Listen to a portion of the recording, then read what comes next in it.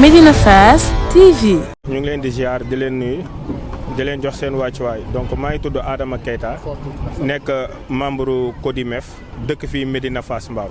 gis-gis bi ñu ci am mooy amuñu satisfaction ci loolu parce que mënuñu depuis des années ñuy dund insécurité bu toll nii bassin bii nii amul mur de clôture amul éclairage public amul dara.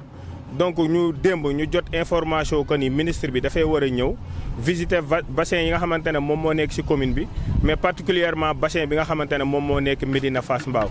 donc ñu ñëw ba ci suba gi bàyyi suñuy liggéey demuñu dikkuñu di xaar le ministre pour que mu ñëw ñu exposer ko problème yi nga xamante ne bassin bi moom la am ñu dem ba à la dernière minute ñu ne ñu ministre bi du ñëwul.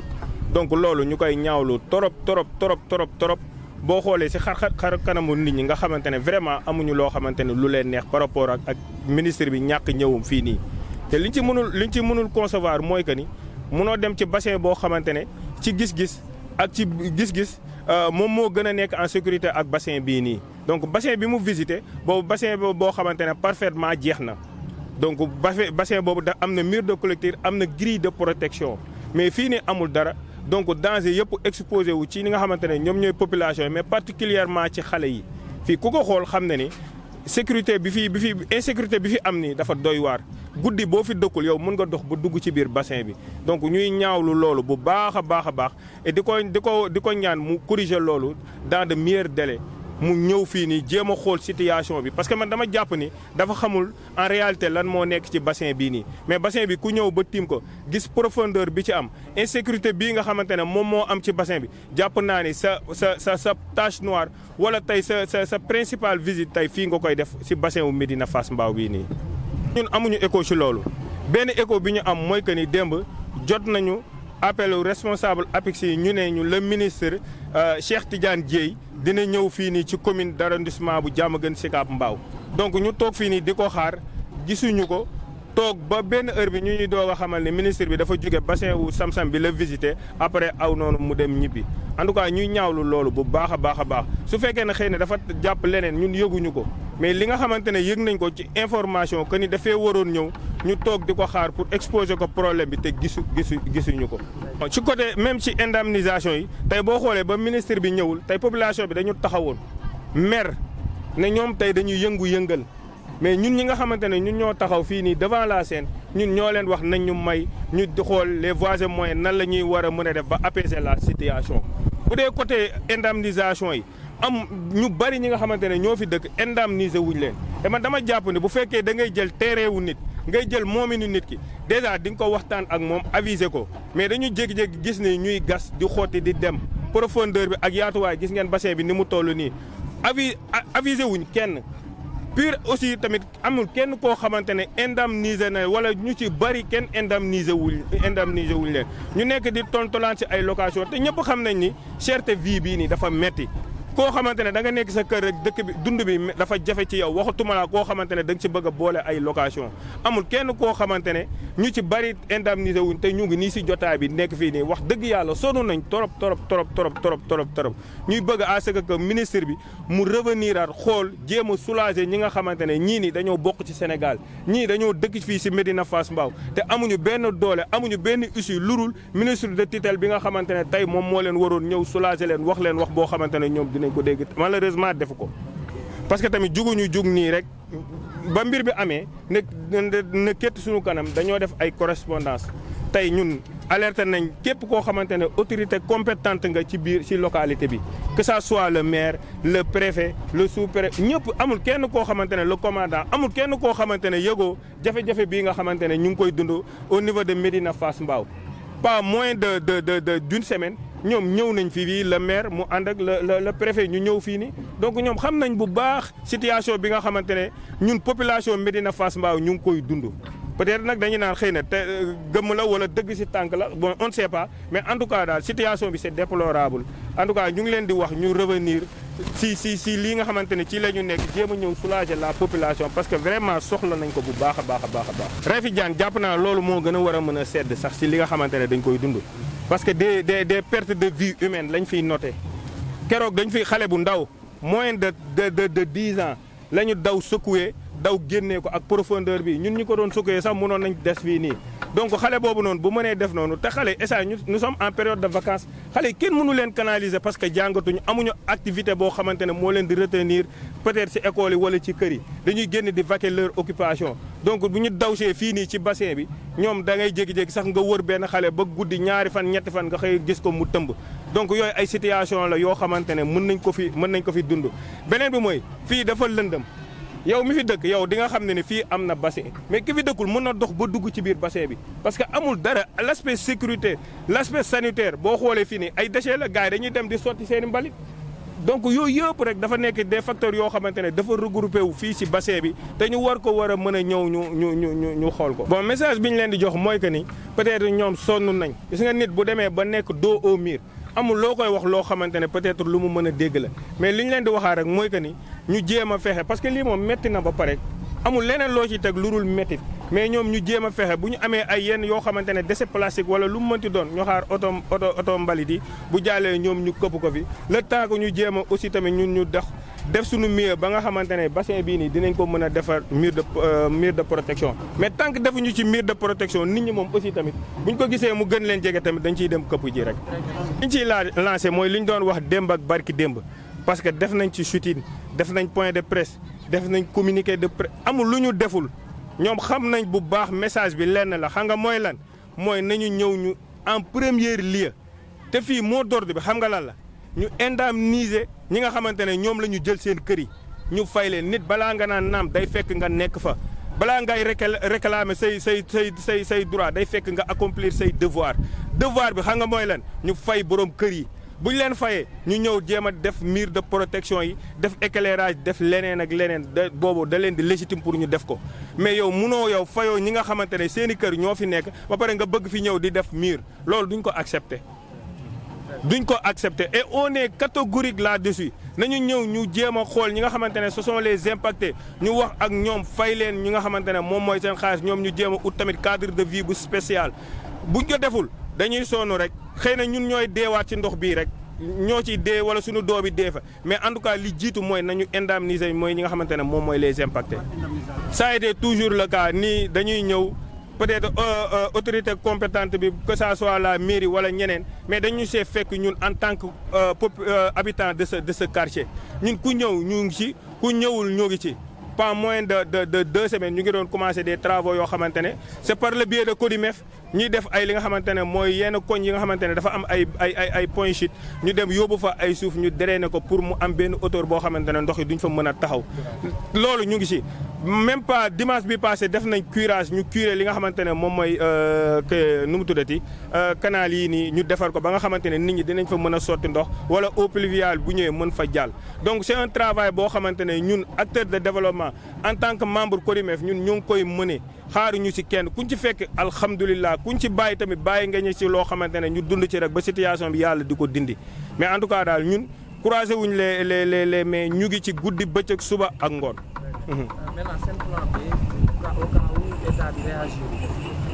bon ñu def étape supérieure rek parce que ñun moom violence moom cautionné wuñ ko fu mu mënti jóge te nekkuñu ci fii ñi fi nekk da ngeen di gis ni y a que des gens yoo xamante ne qui sont responsables des chefs de famille des chefs d'entreprise ñoom ñoo fi nekk donc ñun cautionné wuñ benn yoon violence te duñ ci def kenn duñu ci dégg bu ñu kiwul tamit on va essayer d'écrire le ministre dinañ ko bind aussi tamit benn correspondant pour xamal ko li nga xamante ne moom la ñuy dund nii bu ñu kiwul ñu on essaie ñu jéem a dem sur le premier ministre muy Ousmane Sonko ñu bind ko wala ñu dem sur le président de la République mooy son excellence monsieur Bassirou Diomaye Diakhar Faye parce que lii nii dafa metti nous sommes des habitants fii lañ dëkk Sénégal am war a mën a bokk ci ñi nga xamante ne dañoo war a am cadre de vie bu baax ñun nag du ñu nangu mukk ñu ñuy léger wala ñu mukk ñu ñuy teg ci des situations yoo xamante ne yu précaire la te ku gis li xam ne ñu ngi dund ci ay situations yu précaire parce que tey lii nii tey nii suuf see gis nga suuf see ngeen di gis ne tey taw bi bu bëree tey kër yi nga xamante ne tey dañ waroon soulager tey ndox bi di ñëw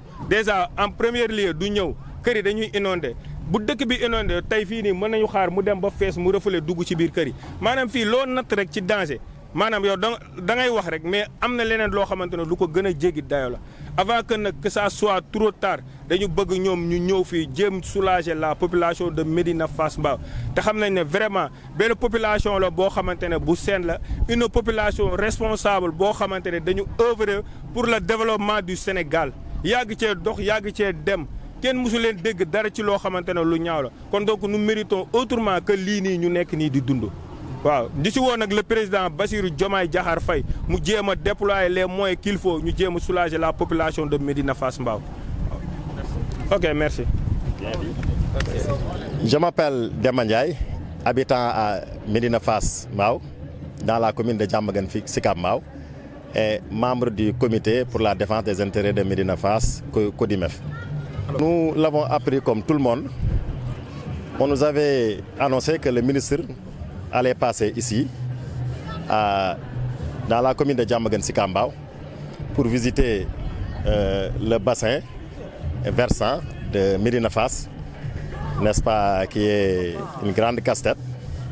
Alors, on s'est mobilisé pour l'attendre ici, afin de lui souligner les manquements qui se trouvent ici, dans le bassin. Particulièrement, le problème des impactés qui devaient être indemnisés, et jusqu'à présent, alors ils ne sont pas encore dans leur fonds. Alors, il y a aussi la situation de la clôture, parce que vous l'avez constaté, le bassin est à ciel ouvert. Donc, il n'est pas encore clôturé. Il se trouve encore qu'il y a une question de sécurité, parce que quand même, il n'y a pas suffisamment d'éclairage. Voilà. Alors, nous attendions maintenant le ministre par rapport à toutes ces questions. Et grande est notre surprise de constater que le ministre nous a esquissé. Alors maintenant, on ne sait pas encore si c'est de sa propre gré ou bien alors il y a des déçus, il y a des non-dits. Mais en tout cas, la population de Médina Fass n'est pas contente de cette attitude des autorités. Parce qu'on ne voit pas une situation dans la commune plus alarmante que celle-ci. Donc, même si c'était un seul lieu à visiter, je crois que ça devait être ici. Mais malheureusement, alors le ministre ne s'est pas rendu dans ce bassin où il y a un problème de sécurité qui se pose. Et vous l'avez constaté, les images sont là.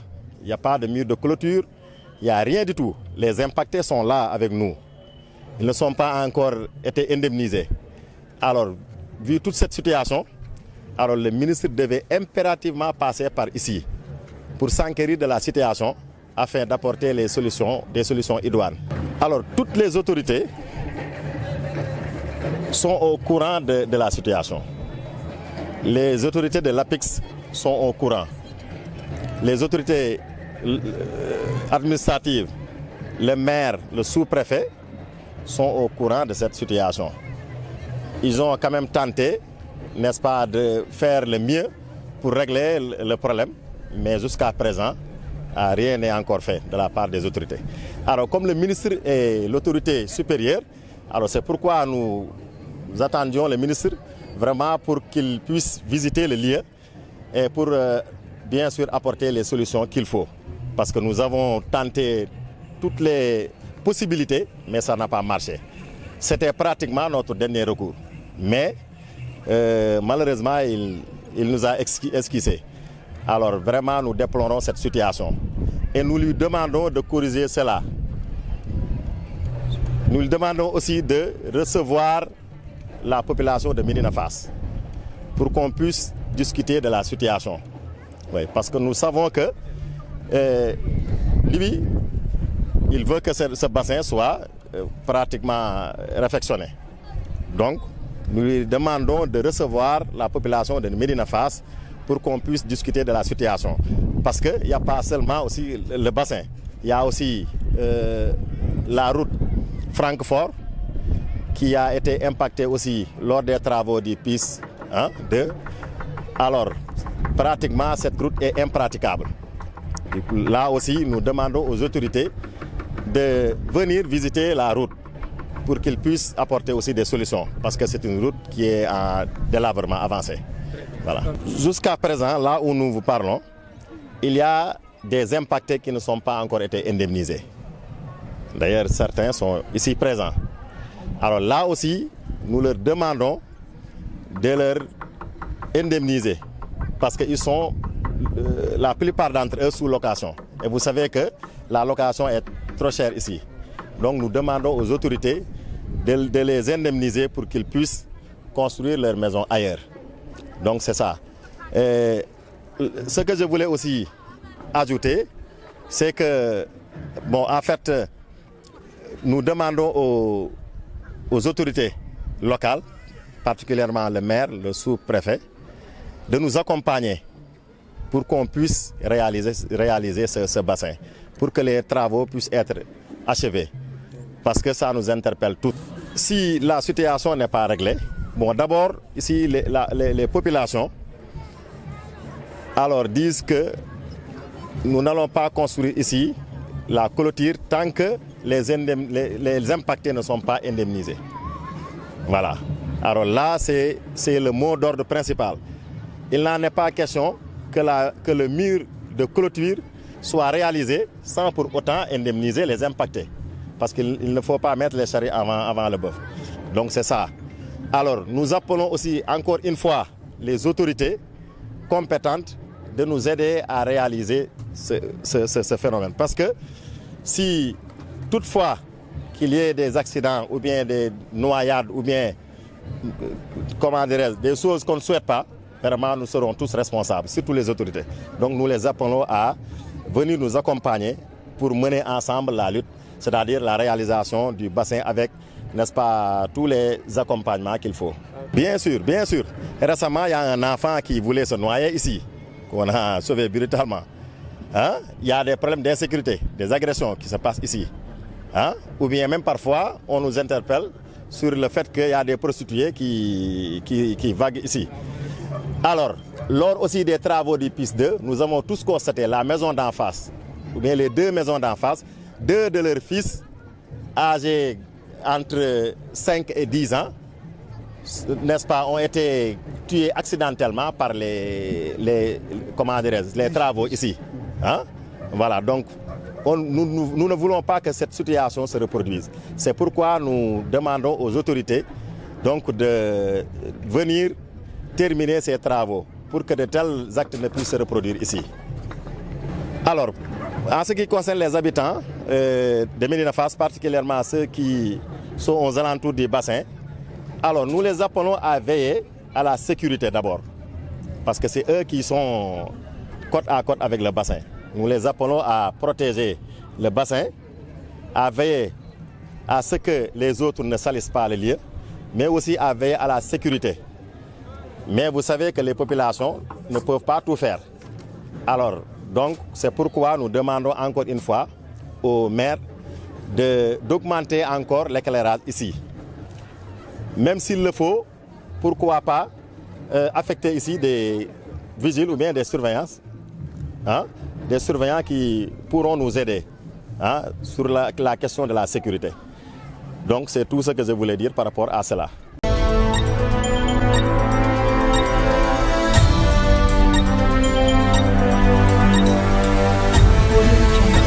Médina Fass TV.